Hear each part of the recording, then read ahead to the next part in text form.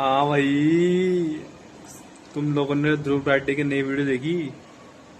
पहले वीडियो देखो फिर बताऊंगा आगे स्टोरी। एक बार फिर से नरेंद्र मोदी ने डोनाल्ड ट्रंप के सामने सरेंडर कर दिया है। 2 दिन पहले की बात है, सरकार ने लोकसभा में एक नया बिल पास किया जिसके अनुसार बैंक्स और पेमेंट प्रोवाइडर्स अब यूपीआई ट्रांजैक्शंस पर फीस वसूल सकेंगे। कहा जा रहा है कि ये फीस दुकानदारों से, मर्चेंट से ली जाएगी और आम जनता को कोई फर्क नहीं पड़ेगा इससे। उनके लिए यूपीआई अभी भी फ्री होगा, लेकिन डर ये है कि कहीं ये मर्चेंट्स नई फीस लगाकर इनडायरेक्टली इसकी भरपाई कंज्यूमर से ही ना कर ले। लेकिन सबसे शॉकिंग बात पता है क्या है कि आखिर ये नया बिल लाया ही क्यों गया? सरकार क्या हर एक पेमेंट करते वक्त भी नया टैक्स वसूलना चाहती है?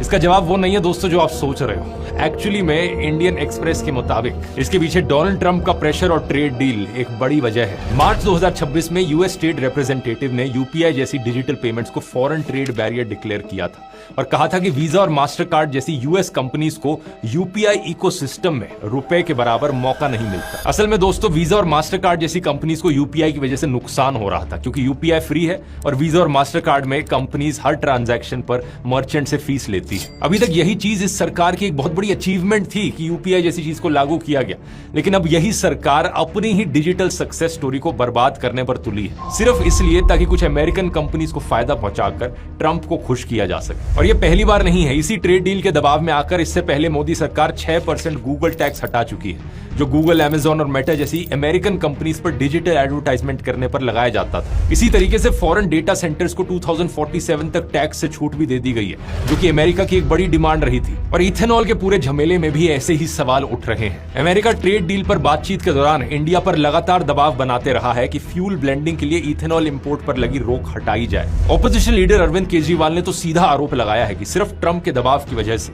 नरेंद्र मोदी ने पूरे देश भर पर ये E20 पेट्रोल थोपा है। ट्रंप जो है वो जबरदस्ती कर रहा है कि अमेरिका से इथेनॉल खरीद के भारत में बेचो, इसलिए ये पूरा E20 आया हुआ है। सिर्फ इसलिए ताकि अमेरिका से इथेनॉल इंपोर्ट किया जा सके। सरकारी ऑयल रिफाइनरीज को भी डर है कि अमेरिका पहले सस्ते रेट पर इथेनॉल बेचकर मार्केट को कैप्चर करेगा और बाद में उसकी कीमत बढ़ा देगा।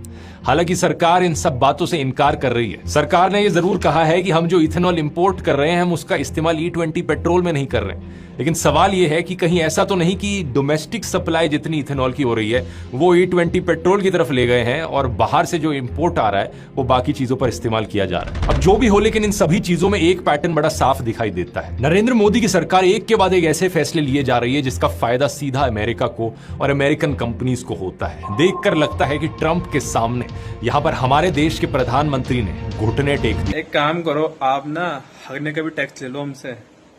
हर चीज पर टैक्स ले लो आप, हम हगेंगे इसको भी टैक्स ले लेना, ठीक है आप?